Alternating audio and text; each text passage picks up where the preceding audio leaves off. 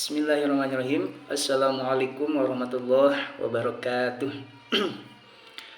Yang saya hormati Ibu dosen selaku mata kuliah fikih dan teman-teman semuanya, semoga ada dalam kesehatan walafiat dan ada dalam lindungannya Allah Subhanahu wa taala.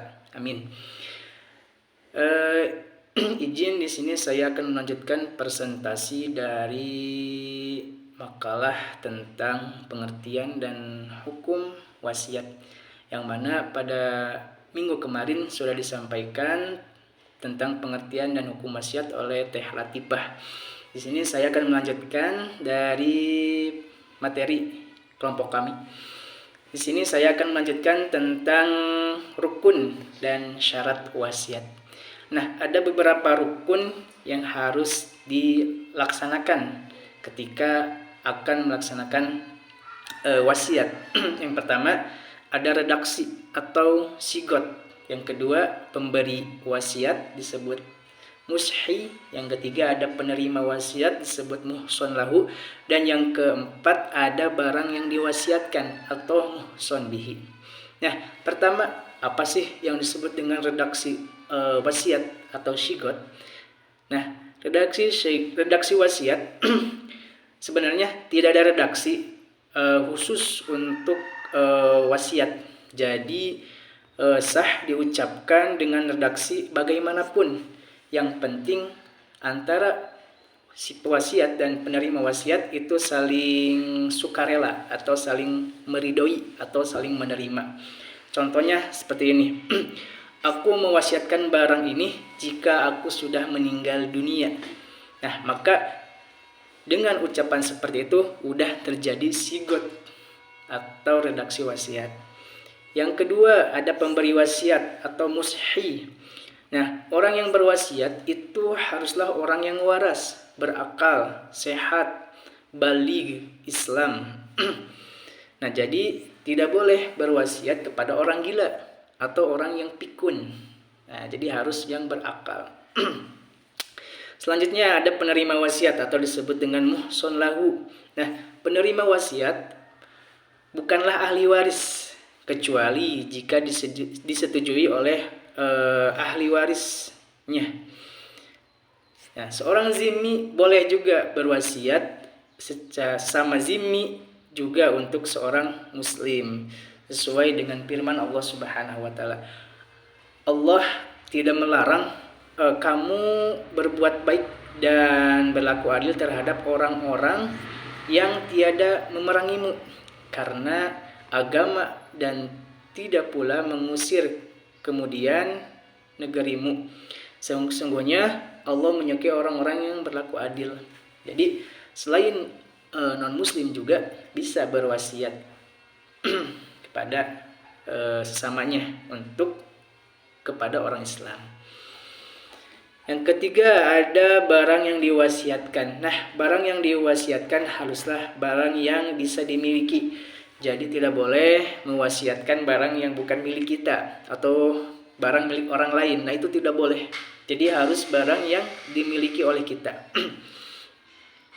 Nah, kemudian selanjutnya ada syarat wasiat. Nah, syarat wasiat ada beberapa yang harus diperhatikan ketika akan berwasiat. Nah, syarat benda yang diwasiatkan itu harus seperti apa? Nah, harus lebih tahu apa yang harus diwasiatkan. Pertama, wasiat tidak boleh lebih dari 1/3. Apabila lebih dari 1/3 atau melebihi, maka harus seizin dari ahli waris. Kemudian wasiat tidak boleh diberikan pada salah satu ahli waris, kecuali atas izin ahli waris. Jadi tidak boleh berwasiat kepada ahli waris, tapi harus selain ahli waris, kecuali seizin dari keluarganya boleh berwasiat kepada ahli waris. Kemudian yang ketiga boleh berupa benda yang sudah ada atau yang belum ada, seperti wasiat buah yang dalam proses berbuah.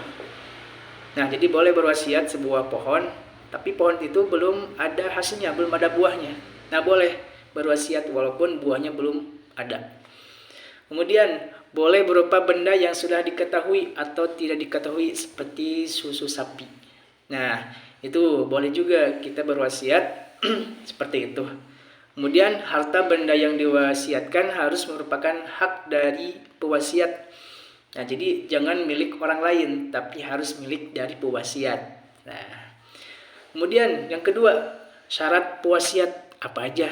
Syarat pewasiat yang pertama, yang penerima wasiat ini harus berakal, ya, baligh, kemudian berakal sehat dan atas kemauan sendiri. Jadi jangan atas kemauan orang lain, tapi harus sukarela terhadap diri sendiri. Itu syarat bagi pemberi wasiat. Kemudian yang ketiga, syarat penerima wasiat. Nah, syarat penerima wasiat ada dua. Yang pertama, wasiat umum seperti wasiat pembangunan masjid. Nah, itu wasiatnya umum buat siapa aja. Yang kedua ada wasiat khusus, yaitu wasiat kepada orang atau wasiat benda tertentu.